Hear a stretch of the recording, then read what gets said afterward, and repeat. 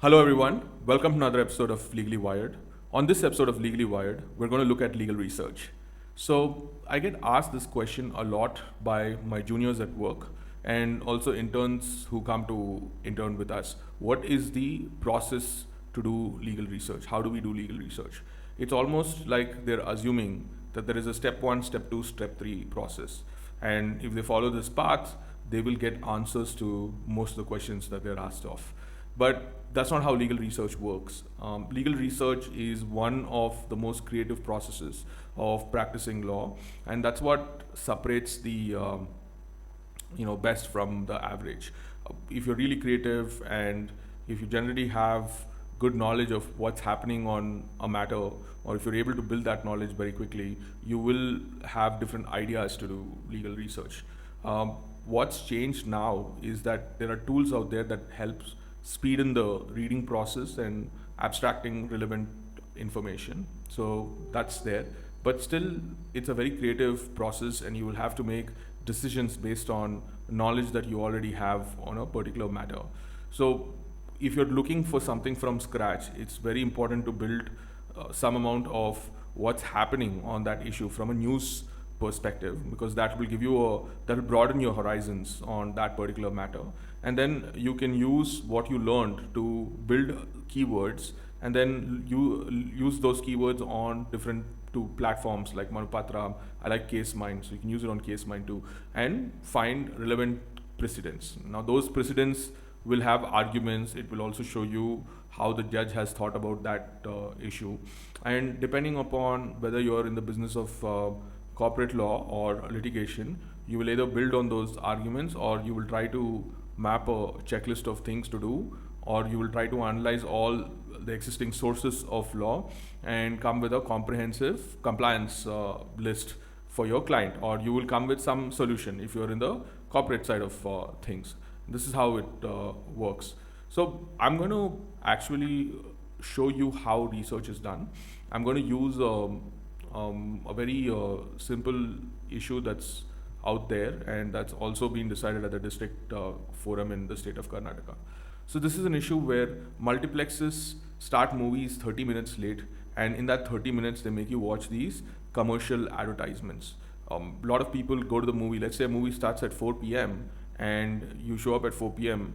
You're hoping that the movie gets over in 2.5 hours, 6:30, and then you plan other activities for the evening, or probably you plan to catch a flight in the hope that the movie gets over in 2.5 hours. But to your surprise, the movie starts 30 minutes later. So essentially, it's 4:30, and then the movie ends at 7. Because of this, you're unable to do the other things that you planned for the later part of the evening, and sometimes these things can also cause financial loss to the moviegoer. So, does the moviegoer actually have a claim? Right. So this is an issue that took place in Karnataka. I'm citing these facts right from that case, where one moviegoer had filed a consumer complaint against the against PVR, and the district forum held in favor of the moviegoer. His name is Mr. Abhishek, and it's now been appealed, I believe, to the High Court by the Multiplex Association, and there's been a stay on the order passed by the District Forum. Forum's order included punitive damages worth 1 lakh INR plus. So that has been stayed currently by the High Court. So this is an issue, right? So now it depends.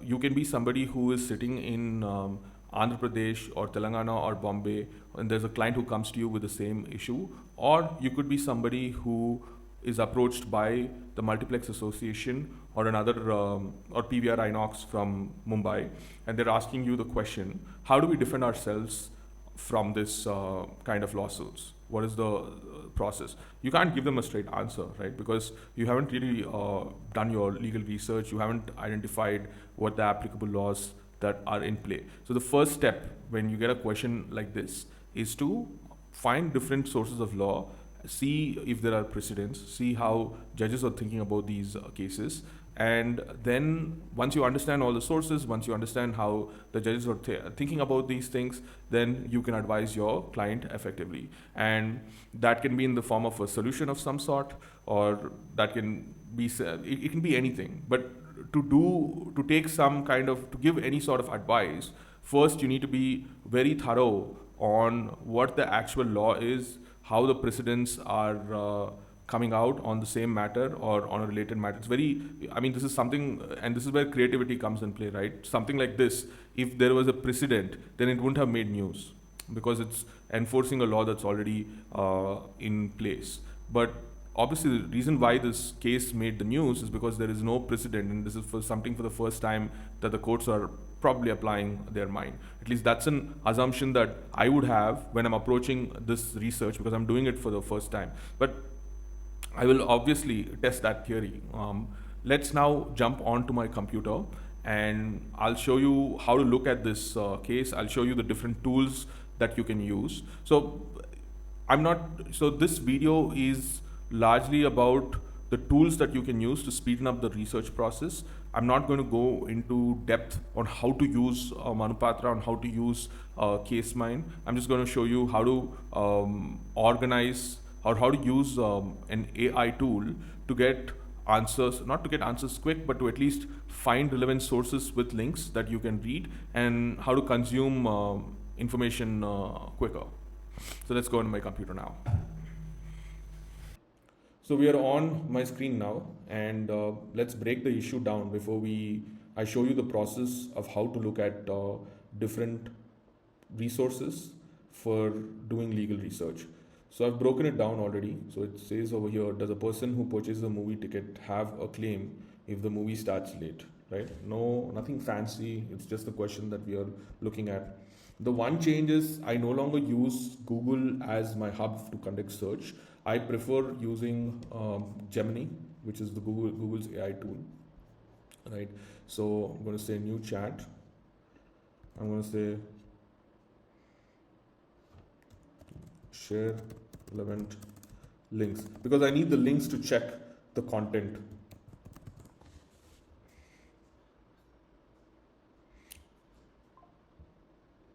Oh, sorry about that.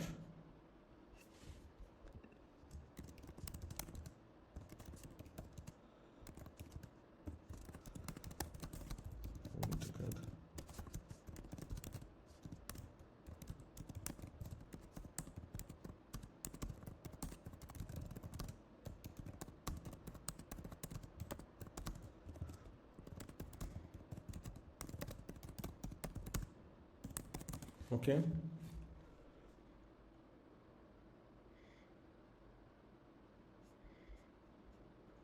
Okay, so one is definitely the starting place to look at is Consumer Protection Act.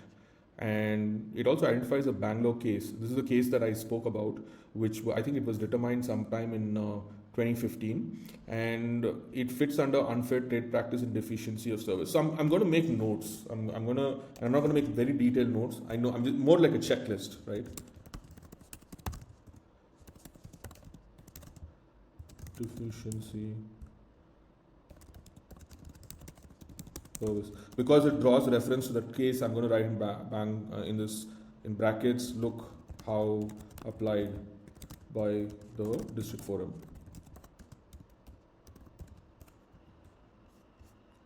And then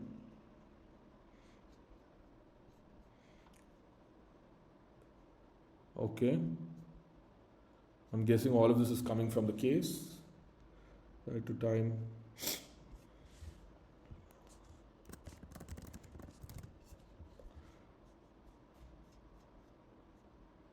Obviously, I'm going to look at the Consumer Protection Act, but first I want to see law in motion. So I'm going to look for this case, and the only reason why I'm looking through this article is to look for some search terms that I can use to search. Okay, so I know that it's a case against PVR Cinema Inox. I know the complainant is one Mr. Abhishek MR. 25-minute delay.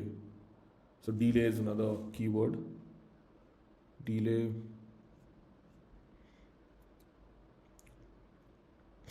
Running long advertisements. Understood.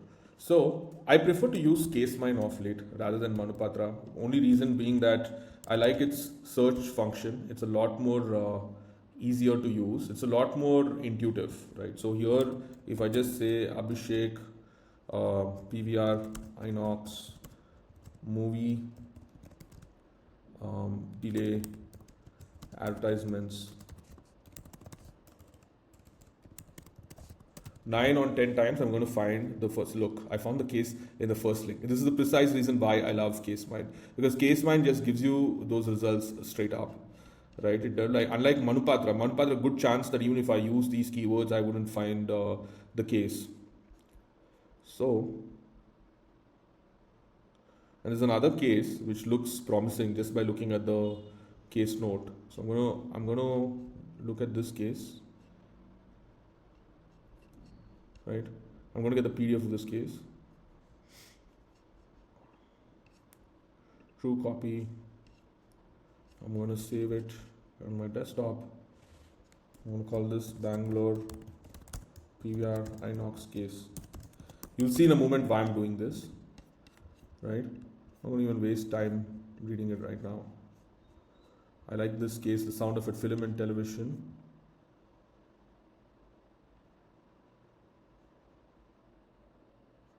I'm just going to see what this case is. There's no reason. I mean, and this is why I said, right, it's very difficult to put a step 1, step 2, step 3 process to research. It's very dynamic and it requires creativity, and sometimes there's also a little bit of instinct that comes into play. Instinct will come with experience. So for whatever reason, I'm feeling that this case could be relevant. I don't know, but I'm definitely going to have a quick read through. So I'm just going to save it. I'm going to give this another name.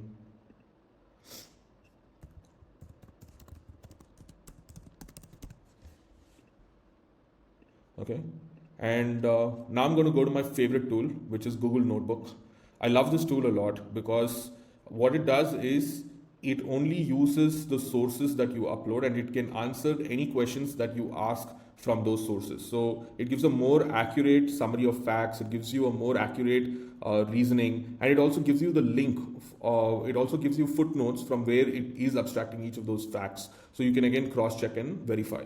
Using AI is amazing, but one thing we must do as lawyers is always verify. What Notebook does is that it makes that verification process for us a lot more easier. So the moment you upload the case, it gives you a very quick summary of that case.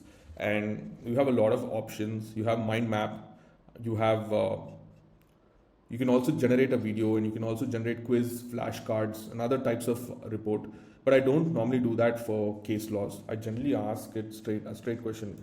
Give me the facts, the issues, and the rationale of the court in determining those issues, and also arguments for each side.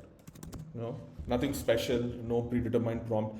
When it comes to prompt, I'd suggest that you don't rely on other people's prompt. Come with prompts that help you glean information that you want to learn about a document.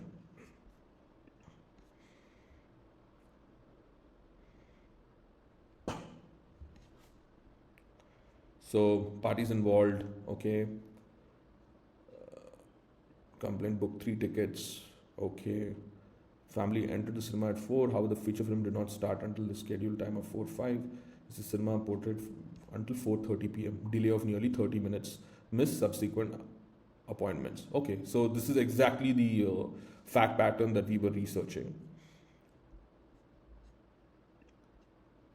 And now here's the key piece, right? Whether the complainant has proved deficiency of service and unfair trade practice by the OP. Okay, this is key. Whether the complainant entitled to relief sought. Relief, obviously the complainant had asked for compensation.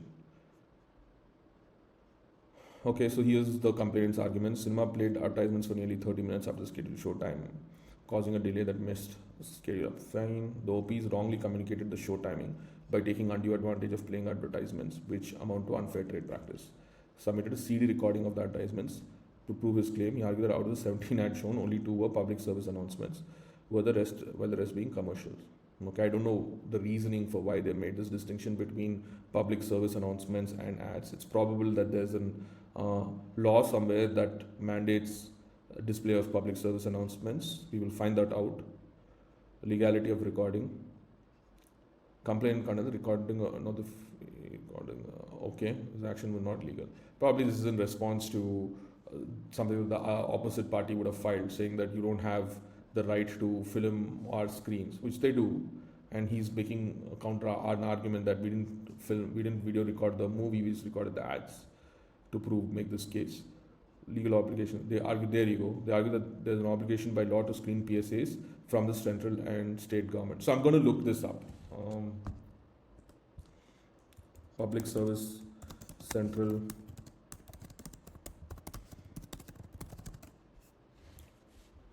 dispute over film duration. The contested complainants claimed the movie duration saying as 150 minutes. Therefore, the complainant plan written was illogical. Fine, I think it's a good argument. Safety policies and delays. Illegal videotaping. That's why they accused him of. That's why he responded to this whole allegation. Contradictory statements. Denial of unfair practice. Complainant had filed it with malicious intent. Okay, OP2 I guess would be Book My Show. Okay, so of course it's just an intermediary that is facilitating the booking of a ticket, and it has no role or control. So obviously their argument is just leave us out of this.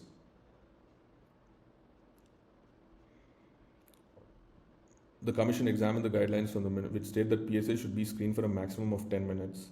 The evidence showed that played the advertisement for about 25 to 30, and most of these were commercial ads, not PSAs. Understood. So I'm going to write here what is 10-minute rule. Forcing viewers to watch commercial advertisements beyond the schedule is unjust and unfair. Well, cinemas can show ads before the scheduled time. Extending this into the movie's official start time at the viewer's cost is violation. Okay? The value of time. Emphasize that the modern era time is considered as money and that no one has the right to benefit. That's the right to time argument that I have over here. This I got from Google. Okay? According to whatever helps is MR case.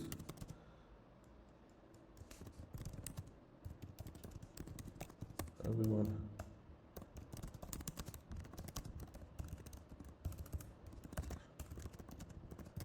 Okay.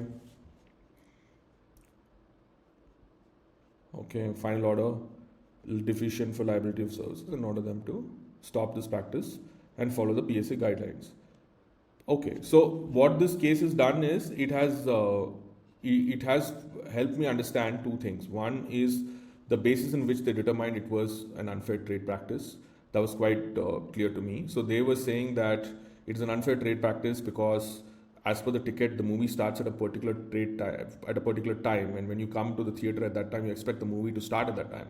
But then pushing the movie 30-40 minutes late, that violates an individual's right to time. I mean, it's obviously this is just the district forum that's come with this, but it's something to chew on. It's something that we will verify with other sources.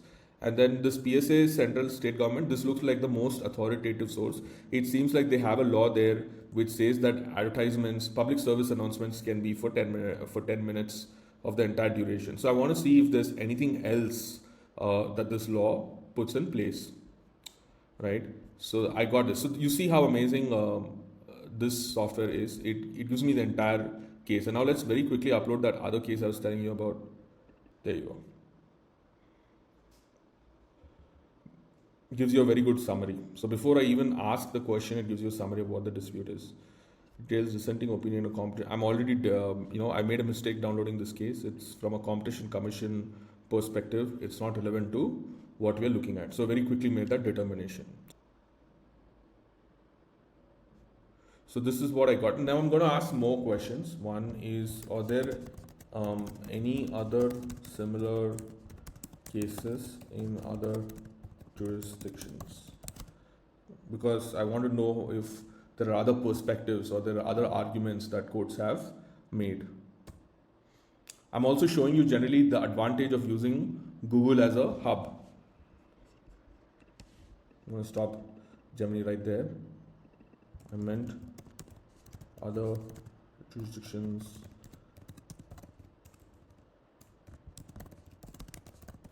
within India.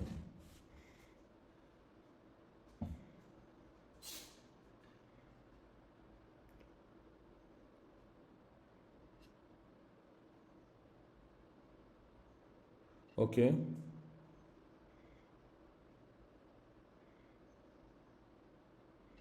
10 minutes before the patrons. Okay. Um.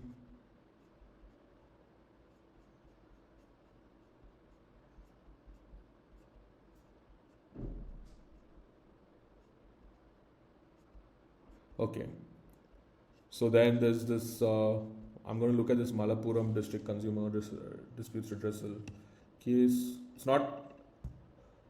I'm going to make sure that I'm going to do two things. One is I'm going to ask a much more broader search string on CaseMind to see if there are any other cases. So movie, I know basically now I have an idea of how these cases work, right? So movie delay plus unfair. So definitely it's an unfair trade practice.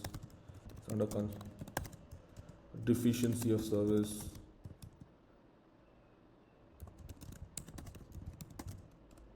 Okay. Advertisements is another keyword that should be there. So you see how I use the first source to get a broad understanding of how this matter is thought of by courts. It helped me identify under which laws this particular matter falls under, and the basic argument that a judge in a court has used in understanding this problem. That gives me leverage.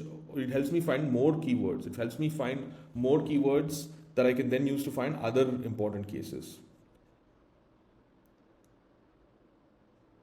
Okay, this doesn't look like one. This is more of unfair trade practice.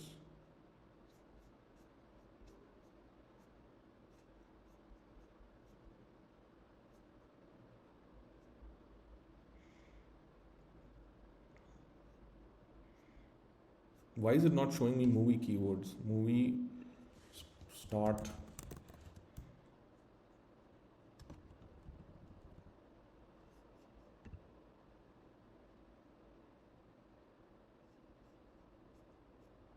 Nope. Well, I got this other case law. Yash Raj film. It's also 1 second.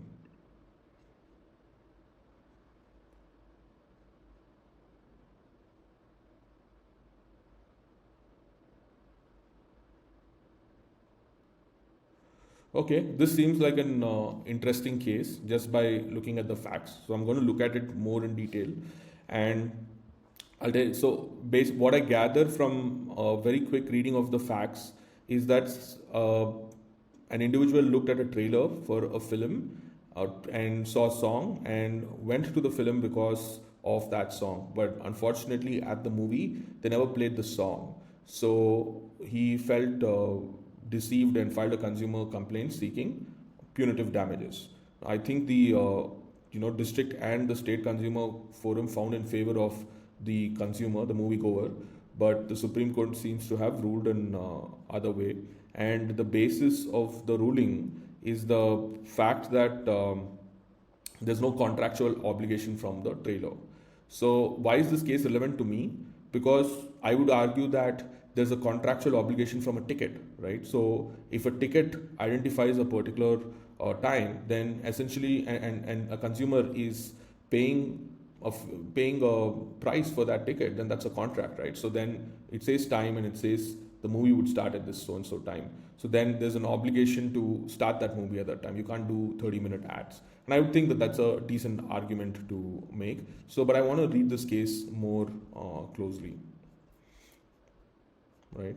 So I'm going to get this case. I'm going to download this case.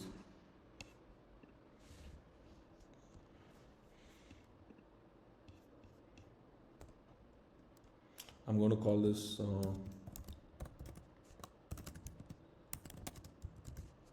movie trailer. So I'll remember this, right? And I'll look at it later. Now, I personally, because I do follow the news, I remember back in the day there was a similar case in the state of Andhra Pradesh. Not Andhra Pradesh, the state of Telangana. And this was also an Inox cinema. So I'm just going to ask. See, and this is where that's why I keep saying that research is very dynamic. You can generally have some guidelines and understanding, but you also have to bring some knowledge that you might have had on the topic, right? Or you might have read something about the mattering substance extensively, and you remember something, so you bring that back into the fold. But never feel that, oh, so I'm not going to. There'll be so many times when you have an other research point, but you have no background and you're really genuinely starting from scratch. But and in those cases, it's fine. It's fine that you are going through this Gemini, finding primary sources, looking for more keywords, making notes on those, making notes on any reference to laws. And always understand is when you follow that process from end to end of finding sources and then rechecking those sources and to see what they mean, you will either find a conclusion or you will find reference to more or other legal sources, and then you can go look at them, right? So, and that is a process, and that's how research is done. Now obviously I have already looked at this problem before I did this video, so I have a lot more background, and I can't make this video very long. I'll have to conclude it. I want to show you the thinking process behind identifying sources for research, and also the tools that you can leverage to read very quickly and better, right? So generally the sense I gathered from this brief research that I've done so far is the fact that one, the way the courts think about a delayed movie start time is, first, they're likely to think of a ticket as a contract, and if a ticket is saying that the movie is supposed to start at certain time, then you have to respect that. You can't do 30 minutes ads. It looks like there's an exception, there's a central and state government notification somewhere, but it also appears that that exception is only for public service announcements. So in addition to that 10 minutes, you've got to stick by the contract and start the movie on time. Otherwise, it's likely that you'll have a claim on consumer court. Now, in this case, if the multiplex was my client, I would tell them to do a click wrap terms of service somewhere on an online ticket before a consumer purchases a ticket online. And in the online, in the click wrap terms of service, you put in a clause that's saying that before the movie starts, we generally tend to do 20 minutes of ads, right? So normally consumers who buy tickets online, they're less likely to read each and one of the terms and service. They're going to click on they will click on the box that says that they've read and understood the terms of service, and they'll go ahead and buy the ticket. So you don't have, because obviously from a multiplex perspective, their concern is we need to show the ads, otherwise we're not going to make revenue, right? And if they tell you that the movie starts 20 minutes later, then you will not come for the ads. And then if they're not people for the ads, how are they going to make money? So the reason why ads, the revenue model for ads is that it's displayed when people are there. So therefore they can't, it's like shooting themselves in the foot if they transparently write all of these items on the ticket. One way to work around is to put it in a terms of service, and those who sincerely read those terms of service will benefit by coming a little later to the movie. That's one way I can think of. But you will be able to come to these conclusions only when you do a full research and understand what the actual law is. We will do more of such videos, and I will stop over here. I hope at the very least this video has taught you to how to use Notebook to find the summary of cases, and to also find the issues that were raised in that case, and also the rationale that was applied by the judges in arriving at the judgment. And another takeaway from this video is how you can use Gemini AI as a hub to find sources with links, because it's likely to, it understands your natural language better than the Google search box, and you will have better material to quickly read and determine other aspects that you can conduct a research on. So I hope you found this video informative. Thank you again, and look forward to sharing more such useful tricks with you guys. Thank you.